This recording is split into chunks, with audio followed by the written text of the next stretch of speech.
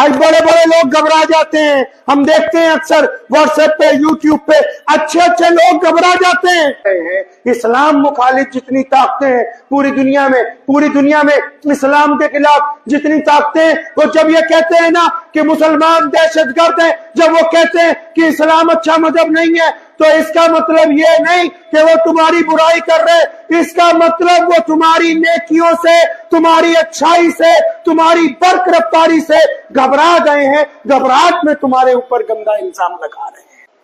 علامہ اقبال رحمۃ اللہ علیہ انگلینڈ سے پڑھ کے آئے تھے، ان کا بیٹا بھی انگلینڈ پڑھنے گیا، تو جو وہاں یونیورسٹی میں پڑھ رہا تھا تو اس کے پاس مہینے کے پیسے ختم ہو گئے، اپنے ابا کو ٹیلی گرام کیا کہ لنڈن میں ایک دوست ہے آپ کا جو ڈاکٹر ہے، آپ کہیں تو اس سے میں 500 پاؤنڈ یا 1000 پاؤنڈ ادھار لے لوں، جب آپ مجھے بھیجیں گے تو میں اس کو واپس کر دوں گا۔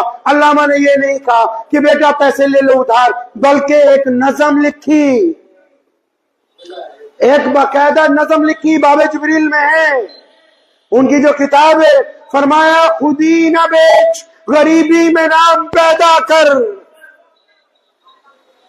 خودی مطلب اپنا ضمیر مت بیچو، اپنے ضمیر کا سودا نہ کرو۔ آج بڑے بڑے لوگ گھبرا جاتے ہیں، ہم دیکھتے ہیں اکثر واٹس ایپ پہ، یوٹیوب پہ اچھے اچھے لوگ گھبرا جاتے ہیں۔ اب آپ کہیں گے اچھے اچھے لوگ کیسے گھبرا جاتے ہیں؟ ارے بھائی، جو بڑی کرسیوں پر بیٹھے ہیں، جو حکومت میں اقتدار پر بیٹھے ہیں، وہ بھی بیٹھ کر اگر کسی کو گالی دیں گے، وہ بھی بیٹھ کے اگر کسی کی برائی کریں گے، تو اس کا مطلب ان کو اپنی طاقت پر یقین نہیں رہا، وہ گھبرا گئے ہیں، وہ اندر سے ڈر گئے ہیں۔ اسلام مخالف جتنی طاقتیں ہیں پوری دنیا میں اسلام کے خلاف جتنی طاقتیں ہیں، وہ جب یہ کہتے ہیں نا کہ مسلمان دہشت گرد ہیں، جب وہ کہتے ہیں کہ اسلام اچھا مذہب نہیں ہے، تو اس کا مطلب یہ نہیں کہ وہ تمہاری برائی کر رہے، اس کا مطلب وہ تمہاری نیکیوں سے، تمہاری اچھائی سے، تمہاری برق رفتاری سے گھبرا گئے ہیں، گھبراہٹ میں تمہارے اوپر گندا الزام لگا رہے ہیں۔ اگر آپ کا کوئی رشتہ دار، آپ کا کوئی پڑوسی آپ کی چگلی کرنے لگے، برائی کرنے لگے، لوگوں کو جا کے کہنے لگے کہ بدماش ہے، ٹھگ ہے، چور ہے، یہ ہے، وہ ہے، اس کا مطلب وہ گھبرا گیا ہے اندر سے، وہ آپ کی کامیابی سے، آپ کی برق رفتاری سے، آپ کی سوجھ بوجھ سے، آپ کے توکل سے گھبراہٹ میں۔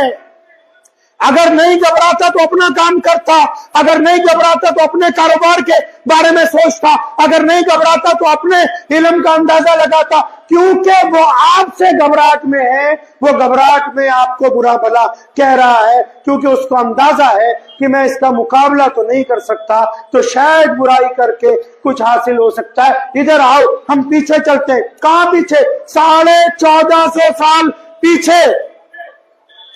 ابو جہل نبی علیہ السلام سے گھبرا گیا، عتبہ گھبرا گیا، ولید گھبرا گیا، کیسر و کسریٰ گھبرا گئے، پرویز بادشاہ گھبرا گیا۔ اب وہ گھبرا کے کہتے ہیں نعوذ باللہ صلی اللہ علیہ وسلم کہ محمد صلی اللہ علیہ وسلم تو نعوذ باللہ من ذالک نقل کفر نہ باشد۔ وہ گھبرا کے کہتے کہ نبی علیہ السلام تو جادوگر ہے، وہ گھبرا کے کہتے کہ ان کے پیچھے مت جاؤ۔ اب جو لوگ اس وقت گھبرائے ہوئے تھے ان کی تعداد مسلمانوں سے زیادہ تھی۔ نبی علیہ السلام اکیلے ہیں، پورا مکہ مخالف ہے، محمد رسول اللہ سے ابو جہل گھبرا گیا، ابو بکر مسلمان ہو گئے، ابو جہل گھبرا گیا، عمر بن خطاب مسلمان ہوئے، عتبہ گھبرا گیا، عثمان ذی النورین مسلمان ہوئے، ولید گھبرا گیا، مولا علی کرم اللہ وجہ نے اعلان حق کر دیا۔ اب یہ گھبراتے رہے، یہ اپنا کام کرتے رہے۔ آج پوری دنیا میں گھبرانے والوں کی تعداد کم ہے، لا الہ الا اللہ محمد رسول اللہ صلی اللہ علیہ وسلم پڑھنے والوں کی تعداد زیادہ ہے۔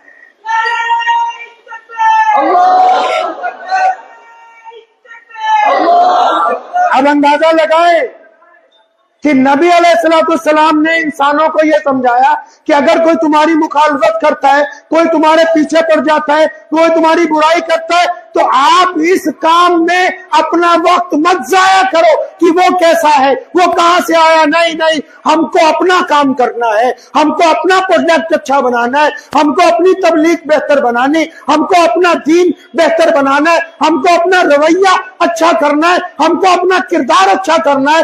مشکل وقت میں بھی ہم کو بہتر بن کے آگے ابھرنا ہوگا. یہ کبھی نہیں سوچنا کہ مشکل ہمیں گرانے کے لیے آئی ہے, مشکل تو ہمیں اوپر اٹھانے کے لیے آئی ہے. وہ کہا ہے نا اس نے, تندیے باد مخالف سے نہ گھبرائے عقاب, تندیے باد مخالف سے نہ گھبرا اے عقاب, یہ تو چلتی ہے تجھے اور اونچا اٹھانے کے لیے. وہ کہتا ہے جب ہوا چلتی ہے نا الٹی, جب الٹی ہوا چلتی ہے نا پروا, جب الٹی ہوا چلتی ہے اتنی تیز چلتی ہے پرندے ڈر جاتے ہیں, چڑیا کبوتر کوے یہ سب درختوں پر بیٹھ جاتے ہیں, اور جو شاہین ہوتا ہے شاہین وہ اس ہوا کے اندر پرواز کرتا ہے اور گھبراتا نہیں. کیوں؟ کیونکہ اس کو یہ پتا ہے کہ اب جب یہ الٹی چلی ہے نا تو میں نے کئی میل آسمان کی بلندیوں پر اوپر جانا ہے. یہ الٹی چلی اس لیے ہے تاکہ اب مجھے آسمان کی بلندی کے اوپر پہنچنا ہے. تو بہت سارے لوگ یہ سمجھتے ہیں کہ یار فلاں جگہ فلاں شہر میں فلاں صوبے میں ہم بڑی مشکل میں ہیں. ارے مشکل میں تھوڑی ہیں, ہمیں مشکلات جینا سکھا رہی ہیں. ہم تقسیم ہند کے بعد, ملک کی آزادی کے بعد ہم سو رہے تھے, تعلیم کے میدان میں سو رہے تھے, تبلیغ کے میدان میں سو رہے تھے, عبادت کے میدان میں سو رہے تھے, کاروبار کے میدان میں سو رہے تھے. اب تندیے باد مخالف جو چلی ہے, اب ہم آئی ٹی میں بھی آگے ہیں, ہم نیٹ میں بھی آگے ہیں, ہم تبلیغ میں بھی آگے ہیں, ہم علم میں بھی آگے ہیں, ہم مساجد کی صفوں میں بھی آگے. تمہیں کس نے کہہ دیا کہ مشکلات جو ہیں صرف دکھ لے کے آتی ہیں؟ مشکلات تو بیماریوں کو جھاڑ کے جسم کو تندرست کرنے کے لیے آتی ہیں تاکہ آپ توانائی کے ساتھ اپنے دین کے اوپر, اپنے عقیدے کے اوپر قائم رہ سکیں. پہلے سے زیادہ مشکل وقت لذت دیتا ہے.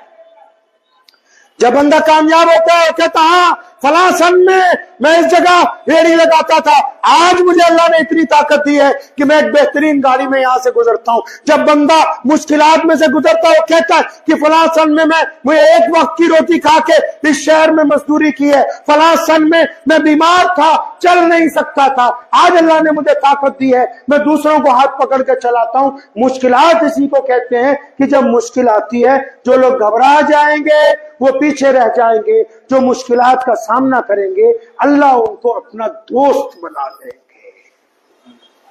اور یہی نہیں کہ صرف مسلمان ہی, کوئی بندہ چاہے اس کا مذہب کوئی بھی ہے, اگر وہ مشکل میں روتا نہیں ہے, بلبلاتا نہیں ہے, چھٹپٹاتا نہیں ہے, ادھر ادھر دھکے نہیں کھاتا ہے جا کے. اللہ فرماتے ہیں میرا جب کوئی بندہ نا کسی درخت کو بھی پکڑ لینا, درخت کو, باقی چیزیں تو بڑی قیمتی ہیں, ایک لکڑی کے درخت کو پکڑ کے روتا رہتا ہے وہ مینو پتر دے دے, اللہ فرشتوں کو فرماتے ہیں یہ مانگ رہا ہے بندہ میرا ہی ہے, دے دو. جب بندہ مشکلات میں ادھر ادھر نہیں نہ بھاگتا تو پھر اللہ کی طرف سے عزتیں آتی, پھر وہ لطف کا دور آتا ہے. سیدنا بلال رضی اللہ عنہ فرماتے ہیں میرے ایک دن دونوں ہاتھ جو ہے نا ایک کرسی کے نیچے, چارپائی کے نیچے رکھے گئے اور اس کے اوپر دونوں ہاتھوں پر ان کے پائے رکھ کے نا سارے کے سارے اس چارپائی پر بیٹھ گئے اور میرے ہاتھ اس میں پھنسا دیے گئے. پھر فرماتے ہیں کہ ایک دن میرے گلے میں رسی ڈالی, مکہ مکرمہ کی گلیوں میں کھینچتے پھرتے. فرماتے ہیں ایک دن ابو جہل نے انگارے جھکائے اور مجھے لا کے ننگے بدن اس کے اوپر لٹا دیا. فرمایا ایک دن میرے گلے میں رسی ڈال کے بچوں کو پکڑا دیا, باقی بچوں کو کہا پتھر مارو اور ان کو کہا اسے پورے مکے کی گلیوں میں پڑھاؤ. اور فرماتے پھر ایک وہ دن تھا کہ میدان بدر تھا, میں کسی شاہ سوار کی طرح کھڑا تھا, ابو جہل کی لاش میرے سامنے پڑی تھی. فرمایا میں نے پھر وہ بھی دیکھا کہ وہی ابو لہب جو نبی علیہ الصلوۃ والسلام کے خلاف بدتمیزیاں کرتا تھا, اس کو ایسی بیماری لگی کہ جسم سڑ گیا, مکہ مکرمہ کے چوک میں پڑا رہا, اولاد بھی دفنانے نہیں آئی. 2 مزدوروں کو پیسے دیے گئے کہ اس کے سڑیل جسم کو اٹھا کے کسی گڈھے میں ڈال دو. فرمایا پھر وہ بھی وقت آیا جب مجھے خانہ کعبہ میں اندر نہیں جانے دیتے تھے. پھر ایک دن وہ وقت آیا کہ محمد صلی اللہ علیہ وسلم اس خانہ کعبہ کے صحن میں کھڑے اور انہوں نے مجھے کہا بلال آج مکے کی چھت پہ چڑھ کے اگر کوئی اذان دے گا تو میرا دل بلال دے گا. میں نے وقت کو بدلتے ہوئے دیکھا ہے کیونکہ مشکلات میں اللہ اور اس کے رسول صلی اللہ علیہ وسلم پر یقین کر کے ثابت قدم رہے ہیں. تو مشکلات کوئی اتنی بڑی پریشانی نہیں ہے. ذرا سا تو کھاتا ہے, کوئی کہتا تھا یہ فلانی جگہ چل جاؤ. آج 2026 میں ابھی یہ حالت ہے, کوئی فلانی جگہ چلے جاؤ, فلاں بندہ بیٹھا ہے وہ تمہیں چٹکی بجائے گا, فلاں بیماری ٹھیک ہو جائے گی, فلاں جگہ چلے جاؤ وہ پیر کی انگلیاں کی کرے گا ایسے ٹھیک ہو جائے گی. اللہ کے بندے صبر کے ساتھ بیماریوں میں بھی صبر رکھیں, کاروبار میں بھی صبر رکھیں. کوئی بندہ اپنی مہارت سے آگے نہیں جاتا. سنیں, دل کی تختی پر لکھ لیں, جو لوگ مشہور بھی ہیں وہ بھی جب کوئی اللہ مقام دے دیتا ہے نا پھر یہ گپے مارتے ہیں مائک پر کھڑے ہو کے, ہم بڑے قابل تھے, ہم نے بڑی اچھی بیوت بنائی تھی, ہماری پلاننگ بڑی بڑھیا تھی. نہیں نہیں, اگر قابلیت کے بل پہ لوگوں کو عزت ملتی تو یہ بڑے بڑے افسر بڑے بڑے وزیروں کے آگے ہاتھ باندھ کے نہ کھڑے ہوتے. اگر قابلیت کی وجہ سے, علم کی وجہ سے دولت ملتی تو یہ جو اربوں پتی کمپنیوں کے مالک انگوٹھا ٹیک ہے کئی, ان کے سامنے بڑے بڑے پڑھے لکھے ہاتھ باندھ کے کھڑے ہوتے ہیں. اگر علم کے ذریعے دولت ملتی, محنت کے ذریعے ملتی تو مزدور صبح 6 بجے لگتا ہے, 8 بجے آ کے شام کو 6 بجے گھر کو جاتا ہے. نہ محنت کے بل پر آپ مشہور ہو سکتے ہیں, نہ محنت کے بل پر آپ کما سکتے ہیں. اللہ جب چاہیں گے, خدا جب چاہے گا تب قسمت چمکے گی. اگر اللہ نہیں چاہیں گے, آپ کا رب نہیں چاہے گا تو جتنی مرضی پلاننگ کر لو آپ کی پلاننگ کامیاب ہونے والی نہیں ہے. اسی لیے اللہ فرماتے ہیں قرآن پاک میں کہ اگر نیک کام کا ارادہ ہے, آپ چاہتے ہیں کہ اسے اچھا کرنا ہے تو خدا پہ یقین کرو اور چلو پھر اس راستے پہ, اور گھبراہٹ کا اظہار نہ کرو, رو نہیں, ہاتھ نہ پھیلاؤ, تڑپو نہیں, قوت عمل کے ساتھ آگے بڑھیے. اگر آپ قوت عمل کے ساتھ آگے بڑھیں گے تو اللہ کریم آپ کو عزتوں سے نواز دیں گے. کریں گے انشاءاللہ. غیر ضروری قرضہ نہیں لینا ہے, ادھر ادھر چھٹپٹانا نہیں ہے کہ بیمار ہو گیا ہوں آج فلاں کے پاس, آج فلاں کے پاس.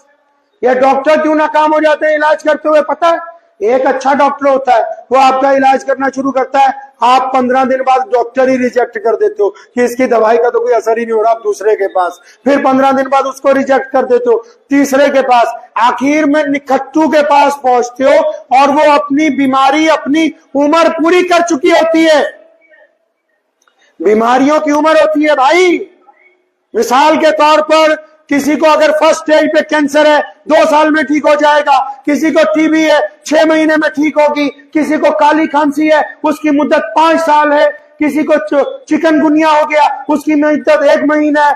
اب اس کی مرضی ہے ایک جگہ ٹک کے علاج کروا لے, اس کی مرضی ہے 1 درجن ڈاکٹروں سے کروا لے, اس بیماری نے اپنی عمر مکمل کر کے ہی واپسی کر دی. اب یہ کرتا کرتا سب ڈاکٹروں سے جب تھک جاتا ہے تو ایک آدھا پوسٹر پڑھ لیتا ہے, 2000 روپے دو, چٹکی کھاؤ تو بیماری ٹھیک. اب اس نکھٹو کی چاندی اس کو پتا ہے کہ 20 جگہ دھکے کھا کے آ رہا ہے اور اس کے ٹھیک ہونے کا وقت بھی قریب آ گیا ہے, تو بس وہ سوچتا ہے اس کو 2 ایک پڑیا بنا کے دو تاکہ یہ ٹھیک ہو جائے. پھر یہ سارے محلے میں کہتا پھرتا ہے کہ میں بڑے بڑے اسپتالوں میں گیا تھا, بہت دور دور گیا تھا, کہیں سے کام نہیں بنا. اس جنگل میں ایک ملنگ بیٹھا ہوا ہے, اس کے پاس جا کے کام بن گیا ہے. بے یقینی, یقین رکھیں, یہ اسلام نے سکھایا ہے. یہ محمد رسول اللہ نے ہمارے دین میں جو 5 بنیادی چیزیں ہیں, کیا ایک اللہ کی عبادت, ایک محمد رسول اللہ صلی اللہ علیہ وسلم کی اطاعت, صرف ایک ہی قرآن پاک کو کتاب تسلیم کرنا, ایک ہی کعبۃ اللہ کی طرف منہ کر کے نماز پڑھنا, اور ایک محمد رسول اللہ کے جو فرمان ہے ان کے علاوہ کسی فرمان کو تسلیم نہیں کرنا. یہ جو بنیادی باتیں ہیں نا اسلام کی, اس نے پوری دنیا میں مسلمانوں کو استقامت عطا فرما دی ہے. تو پوری استقامت کے ساتھ اپنے غیر مسلم بھائی بہنوں کو بھی اکثر میں کہا کرتا ہوں کہ چھوٹے چھوٹے دکھوں پہ بھاگے جاتے ہو لون لینے کے لیے، قرضہ لینے کے لیے۔ مولا علی کرم اللہ وجہ رضی اللہ تعالیٰ عنہ جا رہے تھے تو راستے میں گوشت کی دکان تھی، اس نے آواز دی حضرت آج بہت بہترین گوشت ہے لے جائیں، تو حضرت نے جیب میں ہاتھ ڈالا، فرمایا آج رقم نہیں ہے کل لیں گے۔ کہیں جناب پیسے کس نے مانگے، پیمنٹ کل آ جائے گی، سامان آج لے جائے۔ تو کیا فرماتے ہیں مولا علی رضی اللہ تعالیٰ عنہ، فرماتے کیوں تیرے سے ادھار کرنے سے زیادہ بہتر نہیں کہ اپنے پیٹ سے ادھار کر لوں، تمہارے سے قرضہ لینے سے بہتر نہیں کہ اپنے کپڑوں کے ساتھ گزارا کر لوں، اپنے اسی پرانے گھر میں چند مہینے اور گزارا کر لوں، اپنی اسی گاڑی کو چند مہینے اور چلا لوں، تمہارا قرضہ کیوں لے لوں، تمہارا متی، تمہارا غلام کیسے بن جاؤں۔ تو ذہن نشین کیجئے، چھوٹی چھوٹی باتوں پہ گھبرانا نہیں ہے، چھوٹی چھوٹی باتوں پہ قرضہ نہیں لینا ہے، چھوٹی چھوٹی باتوں پہ ادھار نہیں مانگنا ہے۔ عزت نفس بڑی چیز ہے، سیلف ریسپیکٹ بڑی چیز ہے، آتم سمان بڑی چیز ہے، ساری چیزیں اس کے آگے ہیچ ہیں، ختم ہے ساری کی ساری چیزیں۔